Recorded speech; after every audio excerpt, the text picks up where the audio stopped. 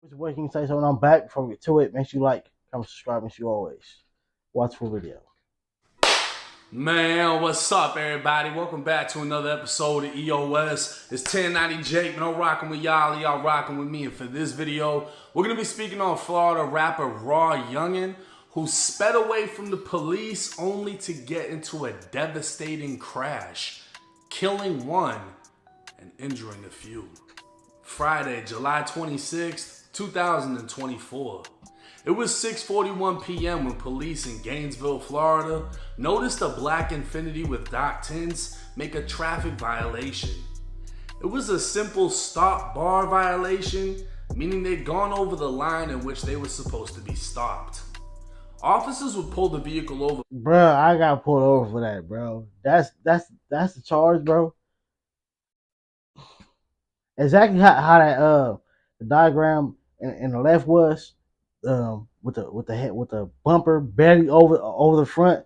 That's what I did, supposedly, and I got pulled over for that, bro. Like that's the most dumbest thing ever. For the violation and the suspicion of illegal tint.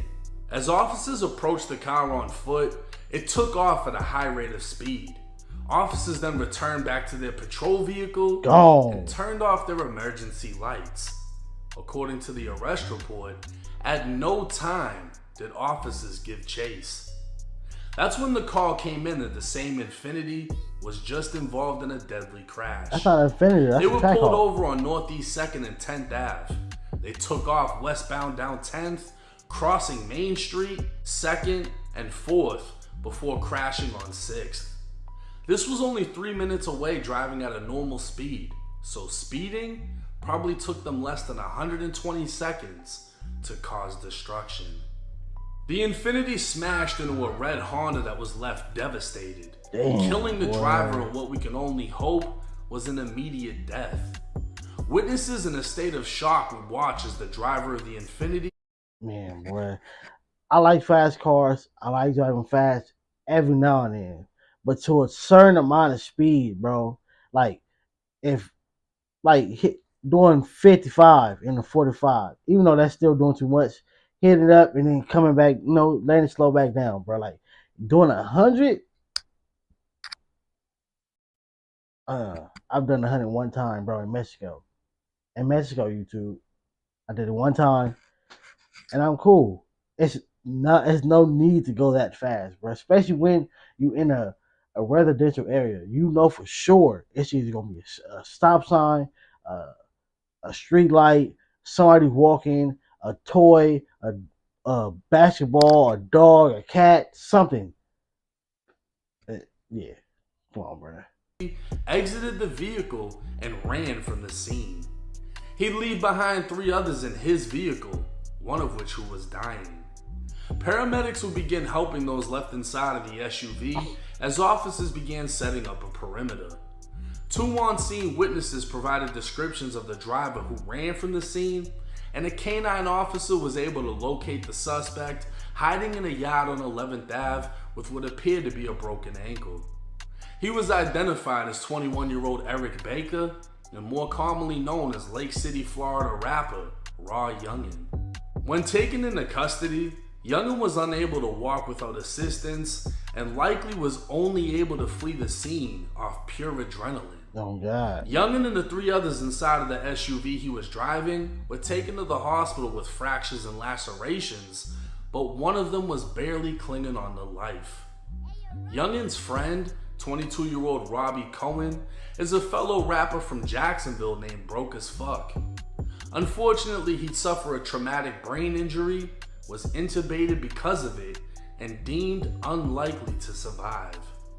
One of the 3 injured would also update, he survived, ends out. confirm to police that it was in fact Raw Youngin driving at the time of the crash.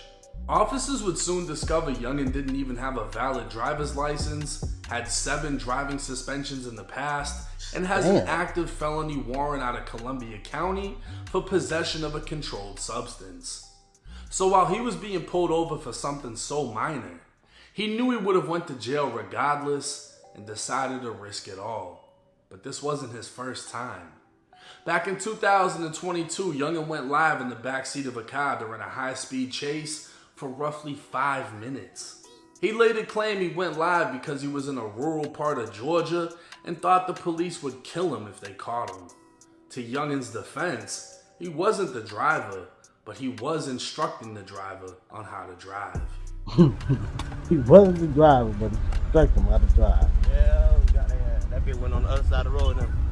Go. Oh shit, boy, we on the one way. We on the one way.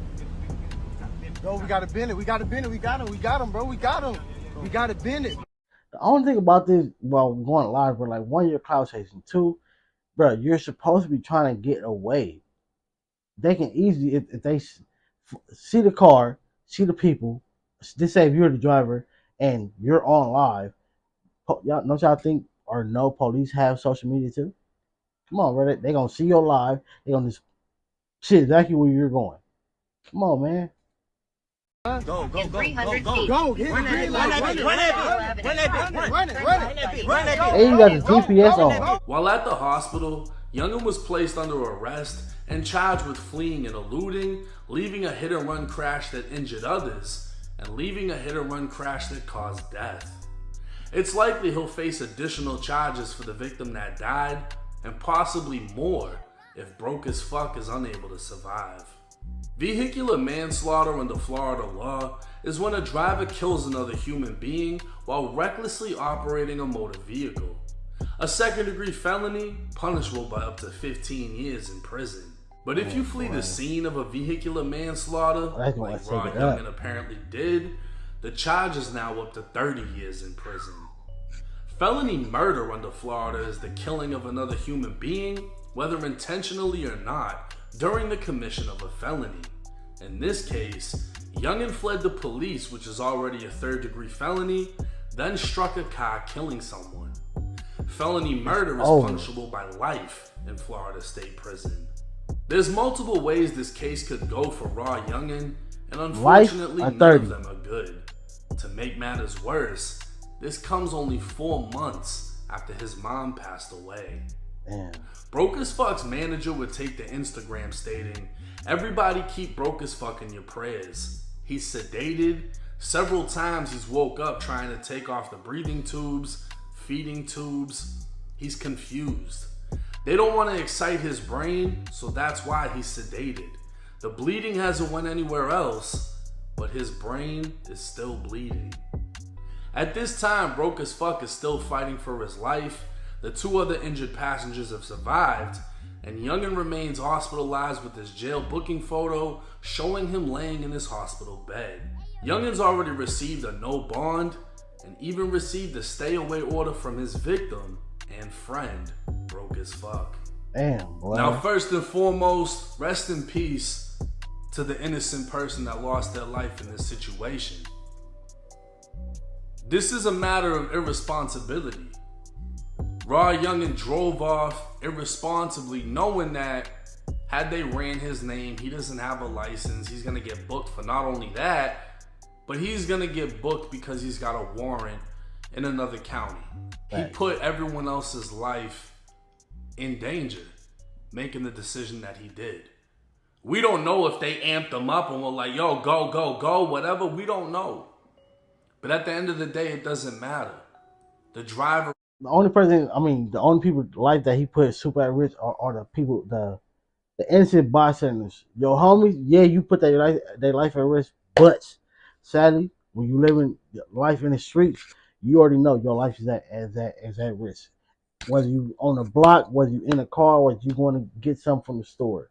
Therefore, it's still condolences. It's still like, damn, that's crazy, but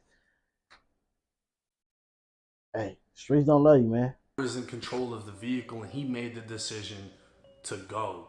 Now, when I first heard this story, the first thing that popped in my mind was, were the police chasing him? Because normally, you know what I'm saying, there's certain places they're not allowed to do that. Florida, they'll pretty much just crash into you, but that was something that was a big factor in my opinion on this situation. Were the police aggressively pursuing them? And come to find out, they didn't even get chased. He just took off and kept going. And in less than 3 minutes, or in less than 2 minutes really, because he was going so damn fast, he gets into a car accident at an intersection, and he leaves a guy's car looking like a crushed can. And like I said, hopefully it was an immediate death. Because to be crushed like that and physically aware of what the fuck just happened is horrible. And on top of that, your own friend is in the car with you and he suffered a traumatic brain injury. To the point that blogs were saying he's brain dead, this and that. I mean, I don't know if it was his manager or whoever, but somebody posted that he's been waking up and they're sedating him, the swelling, the bleeding, etc. We don't know how he's gonna come up out of this situation. We don't know if it's gonna be like Wooski, who was shot in the head and he really isn't the same, and these things take years to heal from. This might have just completely ended his friend's career. We don't even know if it's that far. We don't even know if his friend is gonna survive this yet. It's so early on. But I guarantee you all of these things are way. Update again. If you didn't hear me the first time, he's up. I don't know if he's like, back to his regular self, but I did see a video or a post or something that he was, up. He's out of the hospital.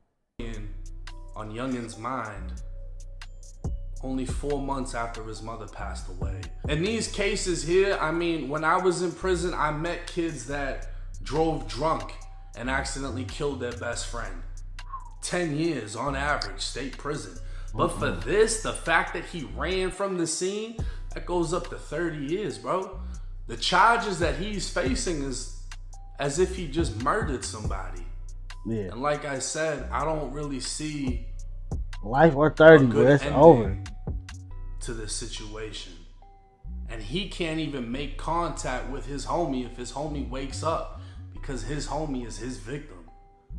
He can't even call him and apologize. He can't do anything if his homie wakes up.